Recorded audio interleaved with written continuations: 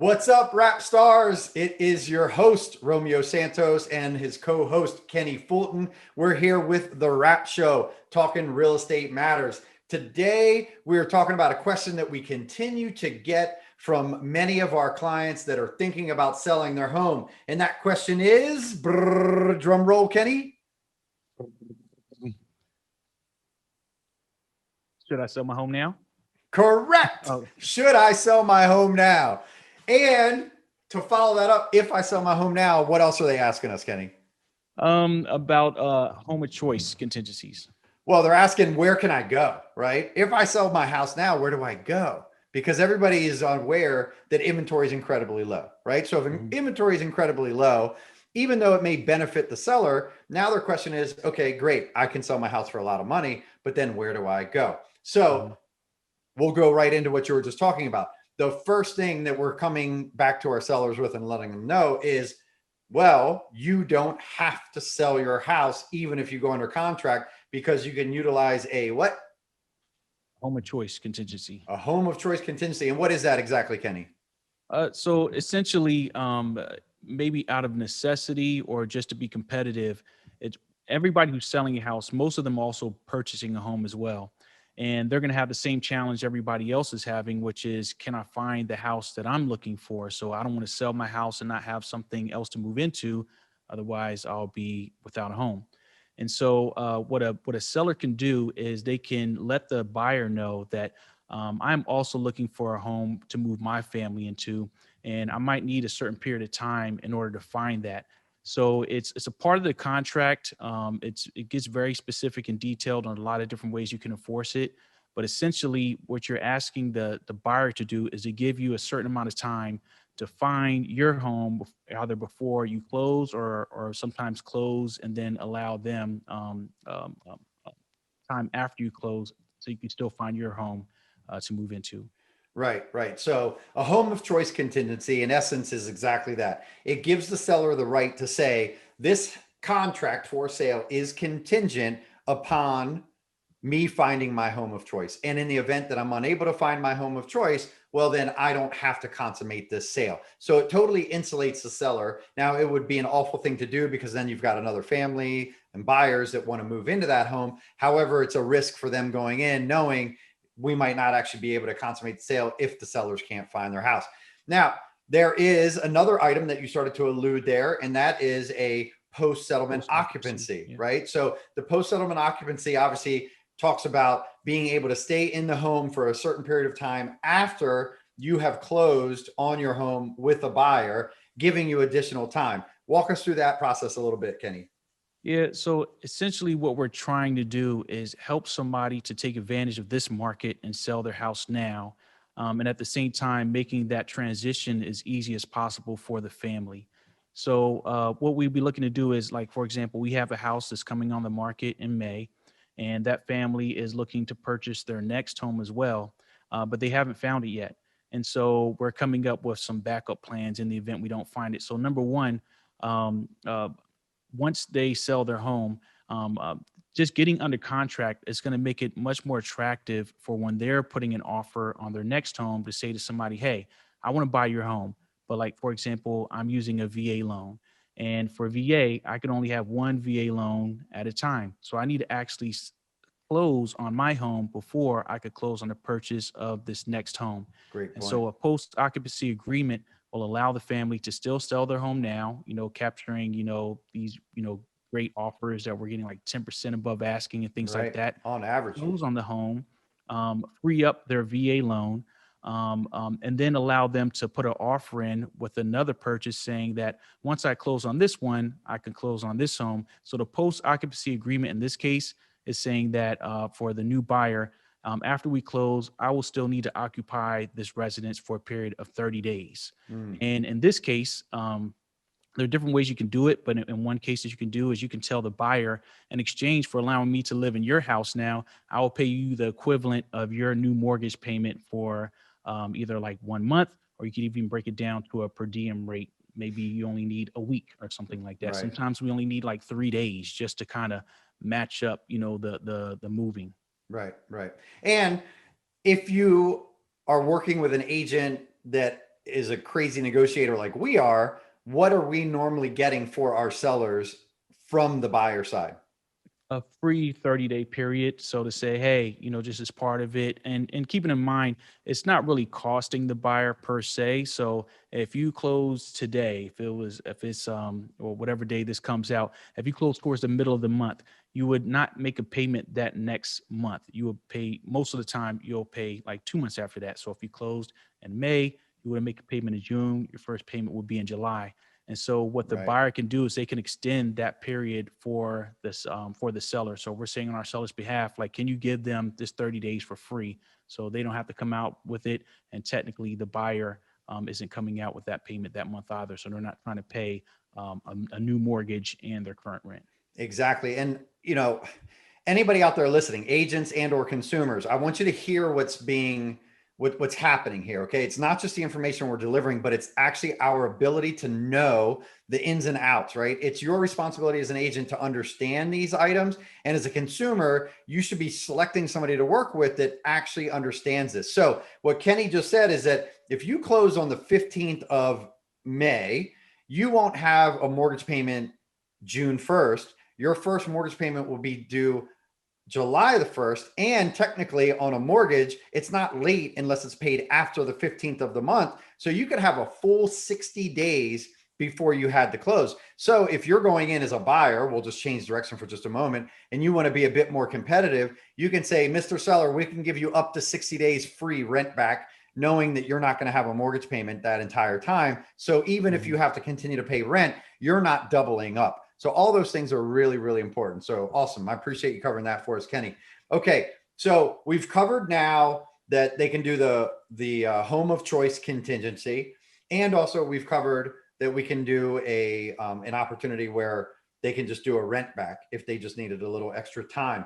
Now, something else that I've started to explore with my clients, and actually something else that a group of agents have started to get together on, has been where do sellers go after they've sold their house, and what need or what gap could we potentially fill? And so what we've started to do is we've started to reach out to hotels that are having very hard time getting occupancy and saying, hey, would you give our clients 30 days at a flat rate that's a very affordable rate, giving them that 30 days. So in the event that the rent back doesn't work, in the event that they just want to capitalize and they don't want to go with the home sale contingency, they can actually potentially go into something short term. And we've also been talking about Airbnb as an option because those folks are also struggling to get people in. That's another option where you could go short term for your family. Additionally, people could just rent for 6 months. So if it really came down to it and they really couldn't find something, they could just do a short-term rental for 6 months. So those are all types of different options that you can do. Yet I think that there's an option that is really the best option. And this is where, again, it takes knowledge and it takes skill from their professional to be able to guide them in the right direction. So, Kenny, you've heard of bridge financing, right? Yes. Of course. So bridge financing, folks, would be, okay, I'm going to go to the lender and say, listen, I want to buy a new house. However, I don't have the ability to qualify for my new house and simultaneously hold on to my mortgage. Yet I've got $200,000 of equity in my property. What they can do is they can take that equity as a bridge loan to make the down payment happen on their new home so that they can qualify for both loans. They can purchase their home, move out, and then list their home once it's vacant and empty. And then they eliminate that issue altogether. So we've got 4 pretty good strategies right there, right? Yep, absolutely. And one of the things I like about that particular strategy is it does require a bit more planning and projecting on, what you're going to get for the sale of your home. But it does help you to, when you're showing a house, when I'm showing a house, or just think about as a buyer when you go into a home, when the family still lives there, it just doesn't show as well, right? So, maybe they had, seafood the night before and the home smells like, whatever they had the day before, or Sure. the closets they tried to declutter, but by decluttering, they just packed everything into a closet, right? And so you might have huge closets, but it's packed full of stuff and it just Right. doesn't show as well. So one of the things I do like about having a family it just makes it easier transition. Like you can move out with comfort. into your new home, get everything out of there, have it cleaned up. It's going to show better. It's going to look and smell and feel better. And especially with COVID right now, anything you can do to reduce the amount of interaction between yourself and potential buyers Great point. is really a great tool to be able to use. Yeah, absolutely. So something that you just made me think of another strategy that we've used, one of the partnerships that we have. So we have a really awesome moving company that does all of the moving for our clients and gives incredible rates and gives a ton of benefit. And so one of those benefits is that our moving company will come and pack all of your belongings that you want gone, pack them for you, let you then take those items in their truck, store them in their warehouse for up to 2 months for free. Mhm. And then when the moving day comes, actually move all of those items along with the items that have been stored into your new home. So we've just recently done that with one of our clients where we said, listen, you got to declutter everything. And they said, okay, well, you know what? We can actually go and stay with her mom's parents. Great. What a wonderful solution that we didn't even talk about that doesn't cost you anything. So they decluttered the entire house. They are lucky though, they had a garage and they decided just to rent a storage unit, which of course you can do as well. They packed everything up and they put everything either in the garage or they put it in the storage unit, and the house looked great. Mhm. We were on the market on Wednesday. We were busy on the market all through Sunday. We had highest and best offers on Monday. We got $55,000 over the asking price, over 10% of what we had the house listed for. And they were gone. They didn't have to be bothered by it. And they're actually going to decide now, they've decided now they'll actually just stay there through the closing until they find their new house. That way it stays the same. That way there's no possibilities of any further damage. That way the walkthrough should be exactly the way it is when they had their home inspection, and we're clear. Everything is good to go. So another really great option. And I think here's the theme, right? Options. But the only way that you can provide options for folks is if you actually know, right? And so again, we always talk about this in this show, is that you got to make sure that you as an agent are a professional and that you're informing yourself. And you as a consumer, you got to make sure that you're really interviewing people and asking them how they're going to do things, if they know what to do. Don't take this lightly. You got to have a real professional working on your behalf. Otherwise, you could find yourself missing out on options, right? Now, it's a really good seller's market. And so one of our colleagues recently posted a video on social media, and I thought it was perfect. And he said, I'm probably going to upset a lot of my colleagues here, but I keep seeing this sold in one day for full price. And he says, big deal. Right. You could do that as a seller. Mhm. I'll even show you where to market your house. If you really want a professional, they've got to help you get the house ready. They have to create a buzz, and they're going to sell your house not only for full price, but for more than full price. And they're going to be killer negotiator so that you get things like a free rent back. They may pay your transfer and recordation taxes. They will pay your moving. I mean, we've seen all sorts of things that people have done to get really competitive, and it's up to your agent to be able to know all those things and to go after and attack it for you. Yep. Yep. What else Absolutely. can you think of, Kenny, that you've seen that would be great tips for everybody listening? I think number one is understanding the process, everything that it's going to take in order to come onto the market. I like to kind of reverse engineer things and really starting with your goal in mind. So if you have a particular goal and getting into your new home by a particular date, then that means that you need to move into your home by a particular date, which means that you need to sell your home by a particular date, which means that we need to go under contract by a particular date, right? Which means that we need to have photos done by a particular date. So what I like to do is kind of start with the end in mind, reverse engineer it, Love it. leave some room for things to not happen in the predicted timeline. You don't want to.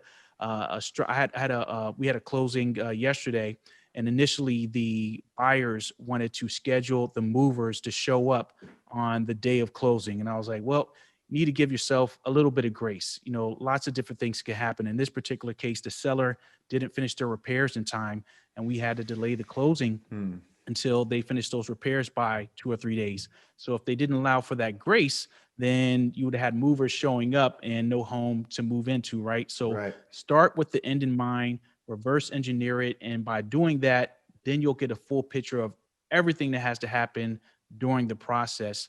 But I think one thing that you really touched on is when you're looking for an agent, like pre-marketing is really going to be key here. And so I think starting with, with if you are a seller, interview, different agents, try to find out what their process is with doing the pre-marketing, right? So this is your coach. This is the person who's going to get you on the market, and you really want to understand their plan before you even start. And one of the things that we do with our clients is we do a listing presentation. I've met many people who have interviewed other agents. They're like, wow, like you're the first person to really sit down Wow. and show me the full plan. Because if I don't understand exactly what your goals are, I may not be able to best, set up the situation for your family, or even knowing what options you have. Right. So like in the case where we have clients who actually do have the ability to move in with a family member for a short period of time, if I'm just running my auto plan that I run for everybody, and I don't know the different options I have for your family, we might be missing out on some great opportunities. So Great I'll point. say the first thing is just knowing what the process is by reverse engineering it, and then coming up with some dates and some milestones, so that way we understand, what our target is going to be for, step 1 through 42. Yeah, love it. I mean, we say this often, and we don't like to cuss on this show, but we're going to say just a small little cuss word here. And at Red Anchor Properties, we like to live by the 7 Ps. And in the event that Miss Jennifer Woodhouse ever happens to listen to this podcast, there's a nod to you because I learned it from you. But the 7 Ps go like this: proper prior planning prevents piss poor performance. Those 7 Ps are how we live at Red Anchor Properties. And our goal is to always plan things out for your benefit. Now, we're human. Everybody's human. People are going to make mistakes and things are going to go wrong, just like Kenny alluded to.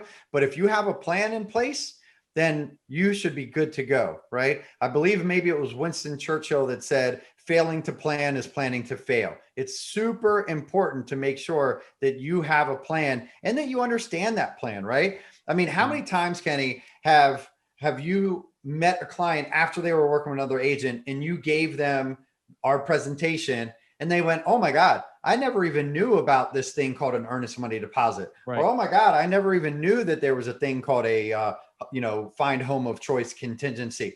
And they don't know those things because people don't actually take the time to talk them through it. And so I think our approach, being very consultative, is really the way that it should be. I think it also, totally getting off subject, but some of these big companies, conglomerates that are backed by Wall Street money, that are trying to automate the process.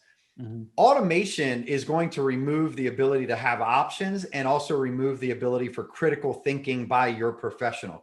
And so it's super important that you have somebody in real life that is working side by side with you that can come up and solve a problem as it arises. Automation can't necessarily solve a problem as it arises. There's only so much AI in the world that can deliver this. But even so, a lot of these things are complicated, right? Yeah. Even for instance, whenever we have a new document that has to go out and be signed, what's our standard operating procedure? What do we do first? Well, we inform. Number one is we review it. So we have our team who will prepare the documents. We double check it, make sure that it's accurate.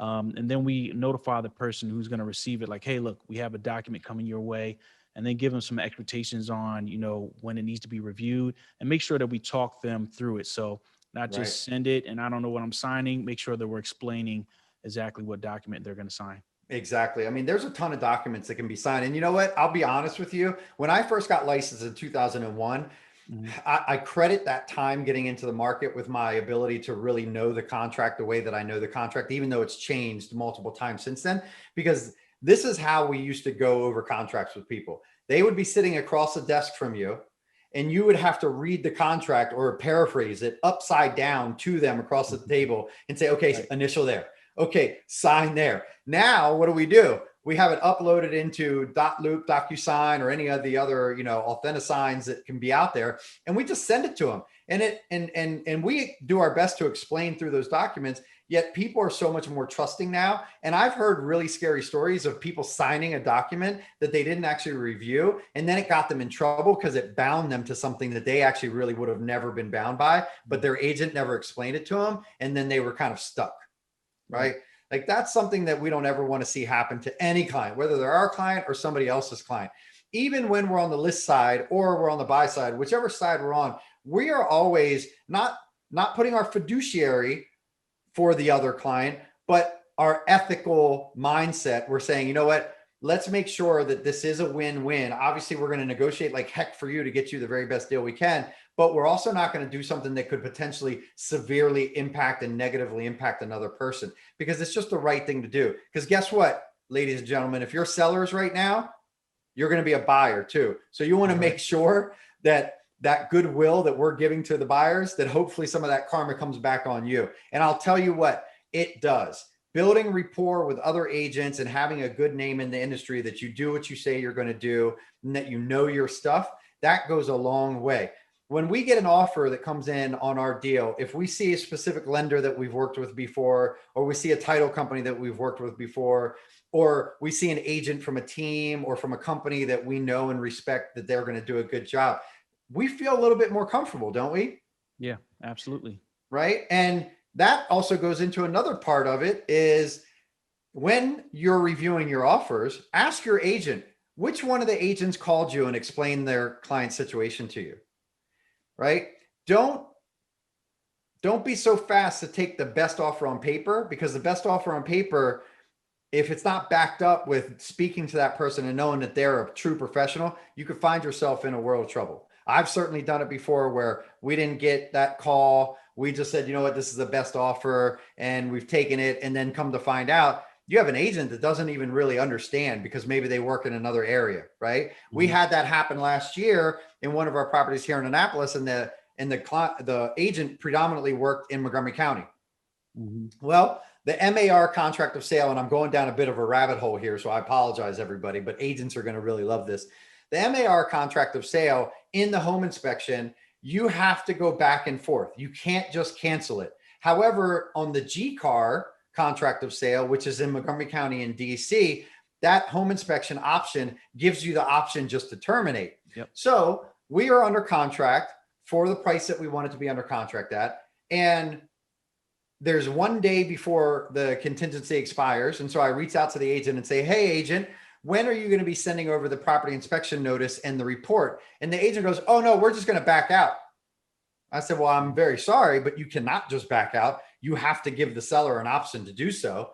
And she goes, oh, I didn't realize that. Ultimately, our clients let them out of it because they didn't want to keep dealing with it. Mm-hmm. But it's important that you know what you're doing and that you know where you're working and that you truly have the expertise in the area that you're working in. So agents, again, as always, make sure that you're informing yourself. If you're listening to this podcast, you're already attempting to do that. And consumers, if you're listening to this podcast, same thing. You're trying to get more knowledge around this process. Make sure that you're asking these questions. Kenny, what else do you have to add? Well, I mean, I just want to touch back on what you were saying is one of the things that we as agents, we're not really here just to sell houses, right? We're also here to be expert on the sales contract. And in order to consider yourself an expert on a sales contract, you have to be well versed in it. And one of the things that we like to do is when we're, especially if we're writing our first contract for a buyer or doing a listing agreement, is doing that Zoom call, kind of how we do it now, and really walking them through the contract. But I did a listing consultation last night. And one of the things I try to do is always put somebody in the other person's position. So right now, you're listing your home for sale.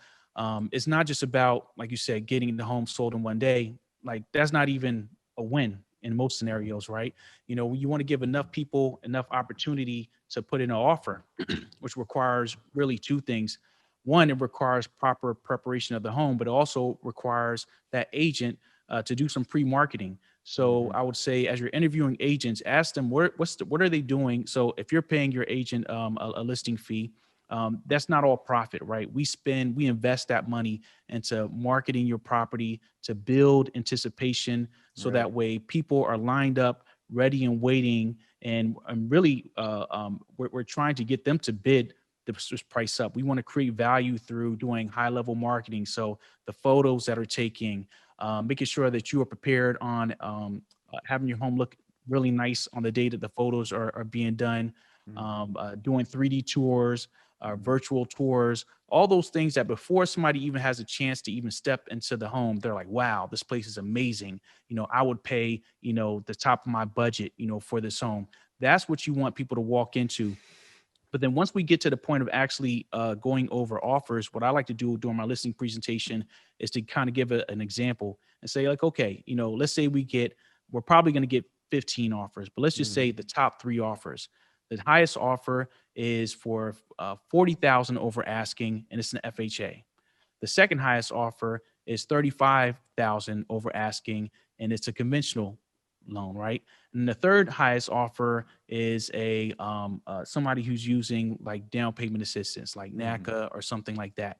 Which offer would you take? And often people say, well, take the highest offer. It's like, okay, well, this is a great example of where we really need to think about all the different scenarios that can happen. So while you're preparing them to list, now you're trying to show them what can happen on the buyer's end. Okay. Just because you list a house for a certain price, there's still this other person involved, which is the appraiser. And Oh, we the all appraiser. rely on their opinion of the value in order for this transaction to move forward. Correct. If it's an FHA deal, then once that appraisal amount is logged, you are limited for 6 months based upon the value of that home, right? So if you're not walking your clients through the scenario, you don't want to wait until you get offers in front of you to then explain to them all the possible scenarios. So what I like to do is upfront, not just talk about how quickly we're going to get your home sold, but let's also talk about how we can get you the most, for your listing by making sure it's properly prepared, making sure that we're doing the best job with the pre-marketing aspect of the home.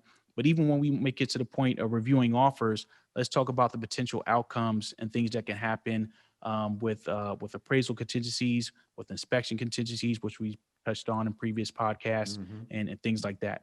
Awesome. I love that. So, everybody, I think we've probably jammed your head full of all sorts of ideas and information and knowledge. And hopefully, you guys all found this incredibly informative. We know we love doing this. As you can tell, we love real estate. We can geek out and talk about this stuff all day long. But our goal is to try to give you snippets of information that are easily digestible in 20 to 30-minute blocks. So, that's going to be it for today. Everybody, Rap Stars, thank you guys so much for tuning in. Kenny, remind everybody again where they can find you on social media. It's Kenny, Realtor Kenny Fulton on Instagram. I think it's just Kenny Fulton on Facebook, and Kenny at redanchorproperties.com. Email, cell phone 443-763-0958. All right, beautiful. And you can find me on Facebook and Instagram at Romeo. Well, Instagram is Realtor Romeo Santos. TikTok, you can find me at Red Anchor Real Estate. Facebook, you can find me at Romeo Santos. Be careful though, there's a bunch of Romeo Santoses out there. Make sure it's this face that you see on there. You can also find us at Red Anchor Properties on both Facebook as well as Instagram. And of course, you can get me at Romeo at redanchorproperties.com. Our website is www.redanchorproperties.com. And you can reach me at 240-401-8023. All right, Rap Stars, everybody, this has been The Rap Show with Kenny Fulton and Romeo Santos. We're out.